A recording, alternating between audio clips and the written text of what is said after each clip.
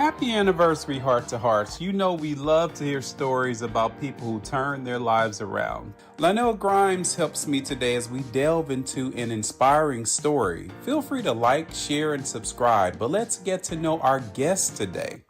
He's a community ambassador for Gold's Gym. It's my pleasure to welcome Joel Morales. Welcome, welcome. How are you today? Ooh, good, good. I'm happy to be here. Thank you so much for having me and giving me a platform to tell you a little bit about my story. I don't often share it, so I'm kind of excited and a little nervous at the same time. So we'll see. This is a safe place. No reason to be nervous. The nerves comes from more of myself because I have this thing where I don't like to share things because I'm like, oh, boo-hoo. Everyone has problems, but I think it's good to share things because then people might relate or might be like, oh my gosh, I had no idea. So I'm okay. Well, I'm excited. I think I kind of gather from you that you haven't really shared this story a whole No, lot. no, not really. Oh, well, I'm excited about it. Tell us a little bit about how your fitness journey began. Sure. So it started toward the end of 2013. So what really happened was I was working at the Vans shoe store in Ventura, and I was not doing so well mentally. I had some anxiety and depression. I've always suffered with that stuff my entire life, but it was pretty tough. And it was in November where I have three sisters, an older one and two younger ones. And so the oldest of the youngest got in a really, really bad car accident, and it kind of just went from there. So what happened was she totaled her car, and it was actually pretty bad. It was a really bad accident where she wasn't supposed to make it. So I get a phone call from my family telling me, come see us. We need you here. Your sister is gonna be gone." And I'm thinking, okay, I have three sisters. I have no idea which one you're talking about. But at the time, I lived in Thousand Oaks, so I just booked it all the way to Lancaster, where my family lives. And that's a whole, I think, another side of a conversation we can have because it is pretty detailed. And it kind of uh, it's another story that I feel like people might enjoy. I'm not really sure not to enjoy it as far as the story, but to think, oh my gosh, I had no idea, I mean, I right? like, honestly, Joel, the direction you were going in. I mean, because I think a lot of times we have the most beautiful things and the most beautiful stories that come out of tragedy. So tell Sure. your story and feel comfortable. You're in a safe place. Yeah. So what happened was, like I said, I wasn't in a really good place at that time.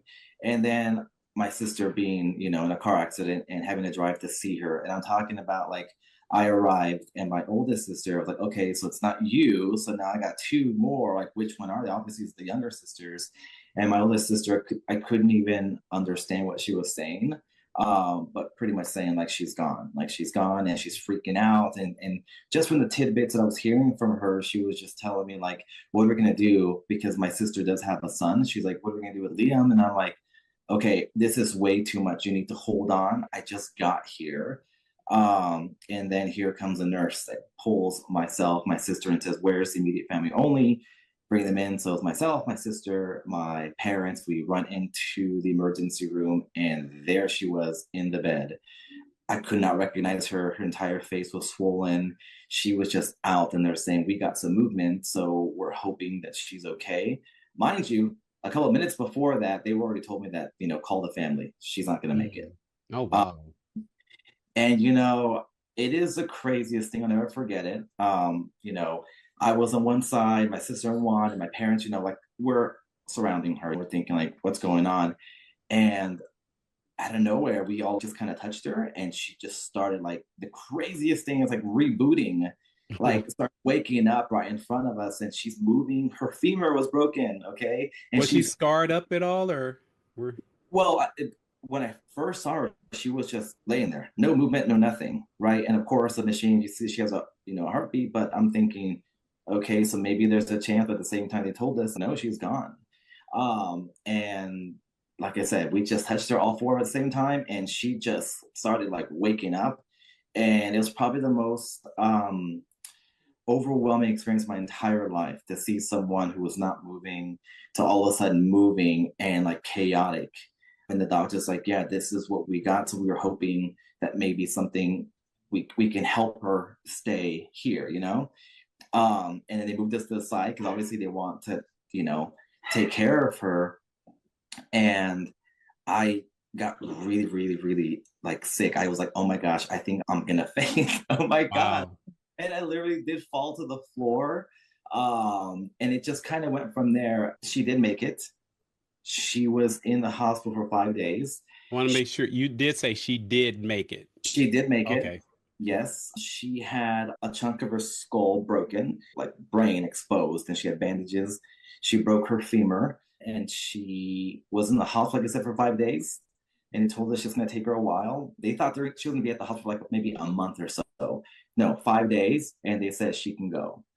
But the issue was she's not the same little girl that I remember because, we're about 13 years apart. So that's my child, and so to see that, it's really, really, really tough. Um, You're 13 years older than her. yes, like the youngest one, my older sister and I have a big gap between us. So they have no choice but have two set of parents, which is a good thing. But yeah, she did make it.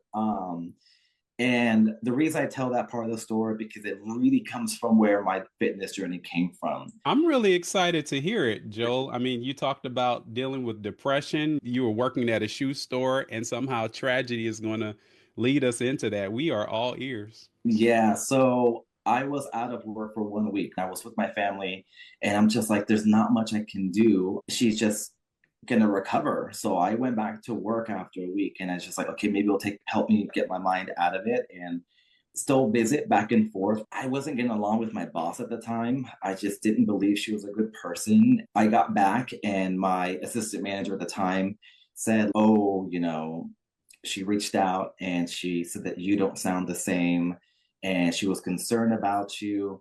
And that really rubbed me the wrong way because I'm like, if you were so concerned, why didn't you call me? And what do you mean I'm not the same? Of course not. My sister almost died on me. What are you talking about? Of course not the same. I'm coming back to work because I'm like, what can I do? But I'm going to do my best with what I have. So Right. once that happened, I was like, there's no game plan for me. I am just putting my notice and I am out of there because I'm not going to work for someone that does that to people. I've never been that person. I will never be that person. And I will for sure not put myself in that line of fire for someone or put someone there. So And Joel, I want to make sure I didn't put anything on you that didn't belong. I said depression. Did you deal with depression and anxiety or just anxiety? oh no, both. Both. Okay. Yeah, so that was kind of already going on at the job, right? And then here comes, my sister's accident. Hmm. And I had to decide, you know what? I'm out of this job. It's not worth it. I'm not doing well already, and I just don't need someone else to make me feel worse. So I gave my notice, and it was the best feeling. I didn't have a game plan at all. There wasn't like, oh, you're leaving for another job. Absolutely not. Like I was like, I'm ready to go. And I'll never forget, she tried to get me to leave sooner. And I'll go, this is the person supposedly she cares about people. And I said, no, I will give you my 2 week notice. And if you want to let me go sooner, then you're essentially firing me. And then you decide if you want that. And so, of course, finished my 2 weeks. I miss the people to this day. I love my team. They were great. It's just one unfortunate person, right, that made things change. But it was for a good reason for me when I think of it now, because I quit and I was at home, and I'll never forget, it's my older sister that said, hey, Joel, have you ever thought about going into a group fitness class? I'm like, I have not been to the gym, okay? Because I was a big guy, okay? I'm 5'7". I was 215 pounds, okay? What gym? Whoa. So, Joe, I want to tell the people, I want to go ahead and just make this confession that you are one of my favorite instructors at the Oh, gym. Besides you and Megan, I oh, love both of you guys' classes. I love your energy. So it seems like it's something that you're made and designed for. So I'm really interested to hear how this unfolded, for you. oh man, thank you so much. So my sister got me and I was like, whatever. I was at the place where like, I'm open to changing everything about me. And it's not for other people because when I was younger, I was too busy trying to figure out what people wanted me to be, right? I think that's what a lot of people struggle with. Should I be this person? Should I be that person? I was already rock bottom. I'm like, I'm changing for me, not for anyone else. So I was like, you know what? My sister said, go try it. Fine. I went. I will never forget. It was a 24-hour fitness in Thousand Oaks. And I'm like, I don't even know where to begin looking. I have no idea. Mind you, I did have a 24-hour fitness membership for years, and I went 4 times. Yeah. That's typical because I went through the same thing with that, owning for years and then only going for like a couple months. You're just paying for it. Pretty much. I walk in and I was so nervous. Oh my gosh. I was like, okay. So I went to the people at the front desk and I said, where is your classes at? Like super, and they're like, oh, you go up the stairs. I go, up the stairs? Oh, I'm not gonna make it. If this class is gonna whoop me into shape, I don't know if I can make it downstairs. So I remember I walked up and I see this room that's like really, really compacted with small little windows. And I walk in, I'm like, oh my gosh, it's a room full of women. What did my sister just get me into? I'm the only guy in here. Had nothing to do that it was a woman's class. It was like, I'm the only guy in here. So I'm like, and not only that, I feel like I don't belong because I'm super heavy. And so, oh no, they grabbed me and said, no, no, no. They grabbed me. They started setting my equipment up. I'm like, okay, there's no leaving now. I'm in trouble. And fast forward, the class was great. I loved it, but I could not walk down those steps. Okay, I needed a little breather because we know in body pump, okay, that was the first class I've ever taken. Those lunges, once you get to that part of the program, oh, good luck to your legs. At that point, you're shaking like so bad. So after I finally got down those stairs, I went outside like, okay, I need to call her and said, oh my gosh, thank you so much. I actually did really, really enjoy it. And it really helped with my anxiety and depression because at that hour, I was so focused on trying not to pass out from the pain of my legs, okay? Try to keep up with everyone. Wow. So that's like, so I always tell people, my sister's the one that got me into fitness because I was never really, really excited about it. I just was never that person. And from then on, I was going like 3, 4, 5 times a week, taking classes, trying things. I tried body combat.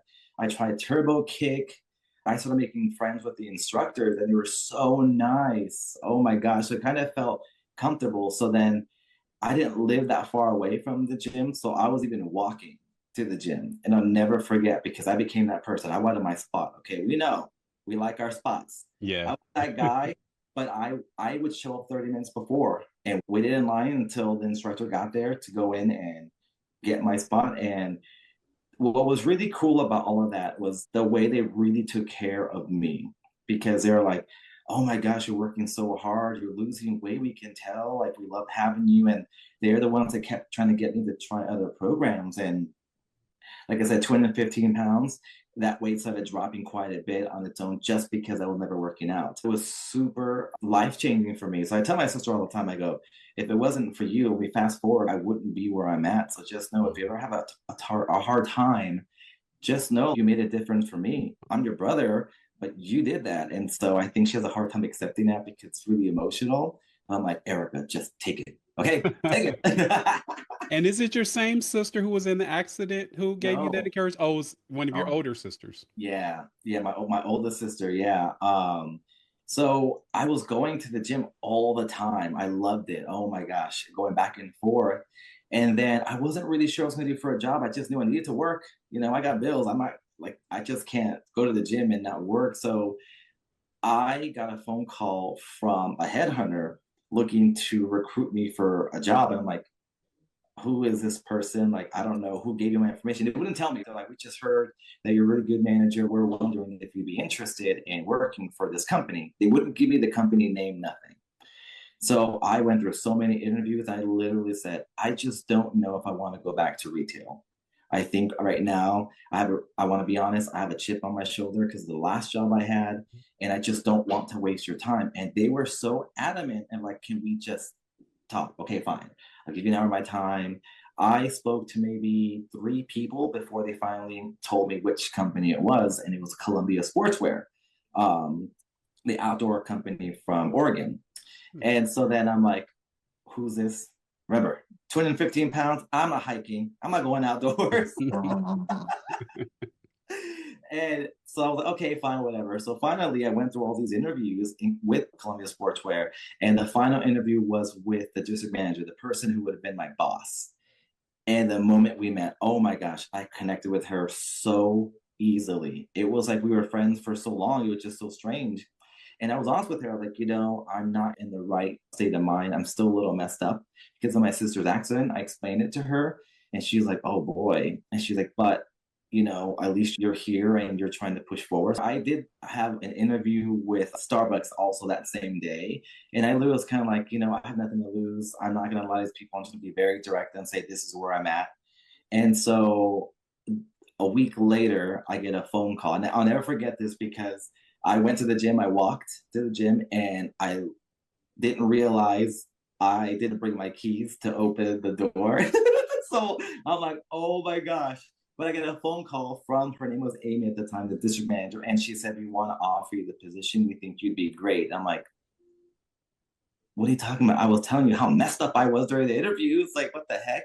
But they said that they enjoyed the fact that I was honest with them, and they knew that my skill set would be there, which was, I was just caught off guard. So I said, well, first of all, I have my classes set. Do I need to change that? She goes, look, you run your business. As long as you run it and things are going well, I'm not going to, be over your shoulder. And I said, okay, then let's do it. And it was at the Camarillo outlets. And I was like, an outlet? What is an outlet? I have no idea. So here are two things, fitness and outlets. What is going on? Oh my gosh. But the beauty behind it was I picked up right where I left off in my management career. We did really, really well. The team, obviously with change, people struggle, right? But I was working, I was happy. I was working out, I was happy. And I was like, what just happened within those couple of months of all this stuff that happened? And, my district manager, Amy, at the time would come in and she was like, man, you're making things happen. Like, what happened to that guy that I spoke to? And I said, I think I needed to talk about it for a little bit. I just didn't know how to do it. Now I'm running forward to whatever it is life has for me. And I remember that year I said, because I always have things I want to focus on for the year. And then that time it was being fearless. Nothing was going to scare me. If it does, go for it right now, And she was saying like, Joel, you have that word. I took it on and I kept trying to do things, And at that same time, I decided, what, let me try something different. So I went to an acting class. Oh my God. It was awful. It was awful. So here I am, brand new job, going to body pump 4 or 5 times a week, which, by the way, not recommended. Take your time, try different things. So I'm doing 3. Am I pushing the limit? You're okay. I'm okay. All right. Okay, I'm doing your body pump class a couple times a week. I'm going to Megan's on Saturdays, and I'm also doing the sprint a couple times. So you're good because you got cardio and strength. That's perfect. Awesome. Yeah, and you have them spread out, so it's good. Nice. But even my district manager Amy was like, so you're going for this acting? I'm like, I don't know. I'm just trying it. I'm just seeing it because it's gonna scare me. Let's just see what happens. When you let life just take over sometimes and you stop trying to plan things, you can literally hear or see the signals that aren't really there, but your body knows, your mind knows. And so then I met another person who's changed my life. I tell him all the time. His name is Marcus. He's an actor, but he was teaching programs in Westlake Village, which was just the city outside of Thousand Oaks. And I went through this training called the Meisner technique. Let me tell you, if you don't know about it, it is hard. You have no choice but to break down, and a lot of people don't like it. And it's a 3-year program. First year, you learn the basics. Second year, you develop your essence of who you are. Third year, you just practice, right? And I was like, okay, I don't know what I'm getting myself into, but every single day was so difficult. We started with 16 students. We ended with 8 in the first year alone because it is that tough. People have their opinions about it, but for me, it was therapy. It was therapy that I had no idea I needed because it's something so small that grows into something so big. And so the reason I tell Marcus that he changed my life was because here I am. I never thought I'd be an instructor. Never thought, right? But going through that training really, really helped me. And so I kind of jumped over. So I'm going to bring this back. To Colombia, I was doing so well that they transferred me over to San Clemente, right? And I got transferred to Grand open a brand new store, which was great.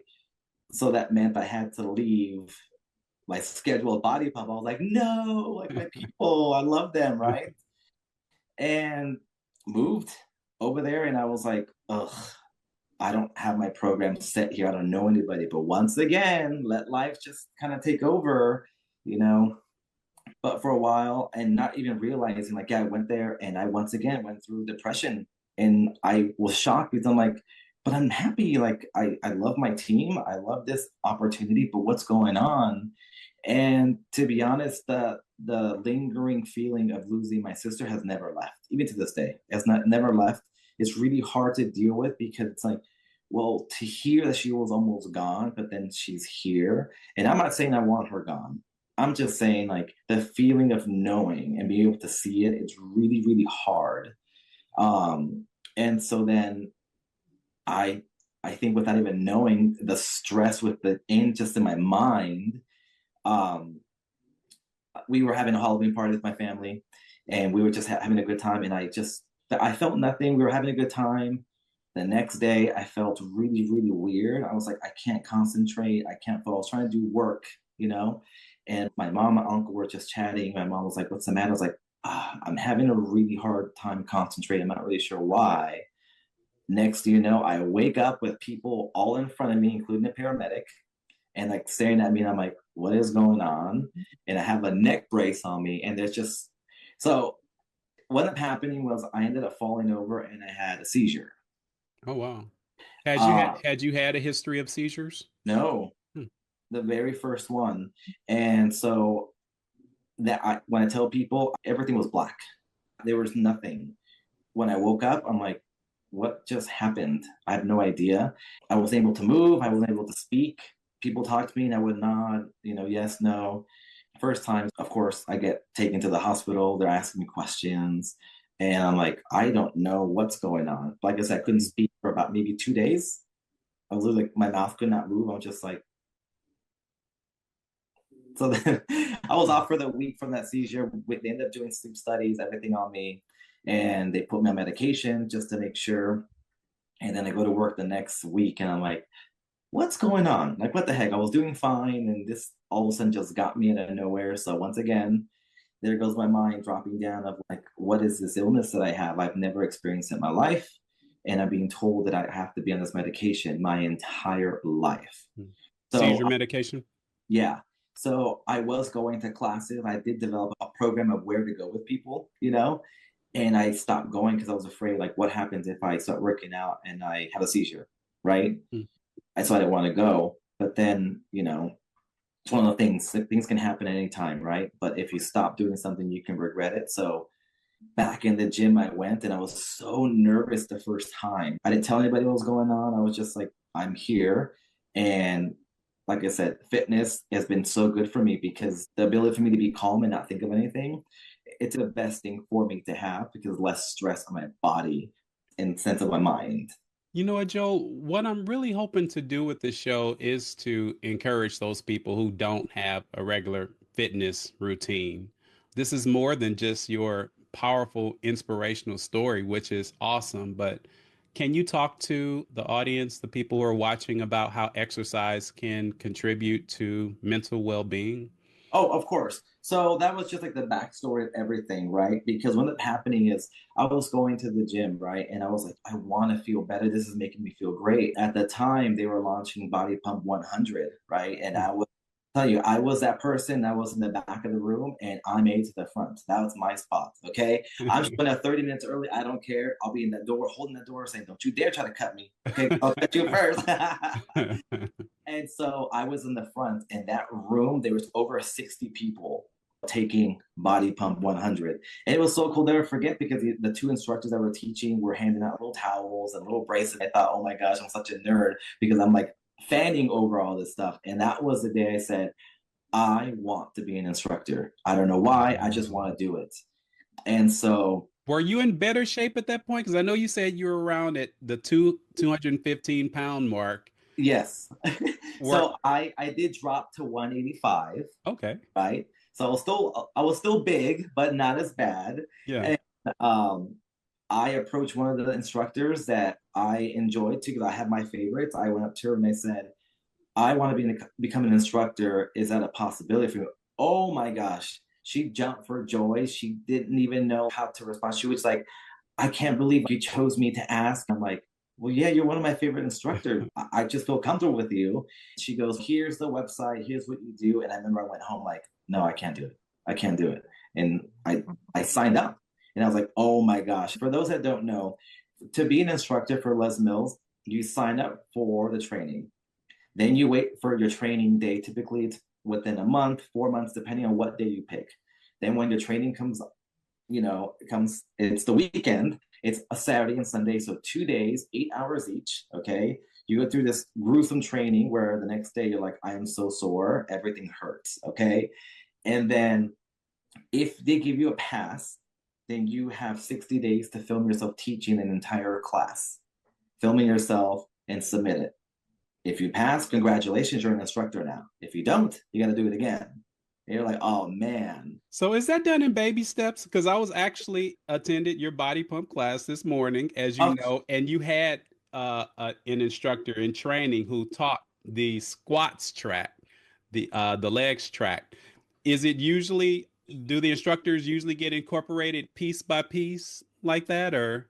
Not all the time. It's just I remember what people did for me, and those instructors down in Orange County took me. There were so many of them that gave the opportunity to learn, because they knew I was always in their class, always. And they're like, oh my gosh, we have this member who now is going to training, or this member now who is going to training, or he's filmed this video, or he just got hired, he's now teaching, I want to do that for people. So I say, look, I'm here to support you however you need support from me, whether it's to push you to go sign up, whether it's to get you to be next to me so you can learn, because it's an overwhelming experience to have all these eyes on you. Mm-hmm. Because even to this day, there's moments where I get nervous, and it has nothing to do with people, it has everything to do with me.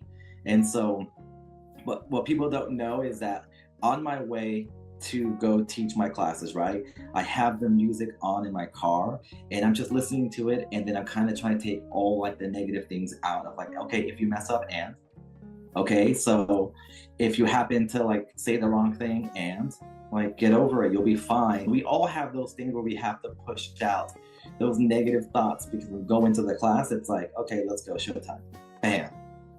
Is it okay if I ask you what makes you nervous? It usually comes across flawlessly. It's a fun, energetic class. And I've gone to your body pump class. I've gone to your body combat class, which I think I'm gonna have some questions about. I've gone to your sprint class, and they're great and energetic, and you're real. What do you still get nervous about? So I've always had this thing, and my acting coach Marcus has told me, why do you put yourself down? Like, why? And I said, that's all I know. Since I was little, that's all I know. And so even being older now, that's what I do automatically. So I literally have to talk to myself saying, stop doing that. And then the moment I walk through those doors, I go, no one should be able to see it, because you should be able to push it away, because your job here is to help people get to their goals, right? And that's why I do believe like it's not always 50-50. There'll be days where you guys, the people that show up, give me way more than you even know at that day, or maybe I can tell they need a little bit more of me today because some of them are having a hard time. So it's never 50-50. There's always just a teamwork essence to it. So it's just me. It's me that gets to know my own way, and then finally I'm just like, stop it, like let it go. Are you happy doing what you do? I feel good that I'm in the right direction. And to be honest, there was a moment where I was like, I think it's time for me to retire soon, right? And I think it kind of goes back and forth, because it's like, what more can I give, But when I really reflected on it, it's like, Joel, it's because you are putting pressure on yourself to be in a certain place. You're not being kind. So just wait until you know it's the right time. I know there's so much to your story. Very inspiring. Thank you for joining us. We appreciate you coming on. Thank you for having me. It was a pleasure. Thank you for listening to my story. And I hope for you people out there that you give yourself some time and some empathy, because you deserve it. Thank you. Just a little bit of grace. Sometimes we have to just give ourselves just a little bit of grace. Lonnell, thanks for joining us too, my brother. Not a problem. You guys have a good one. You too.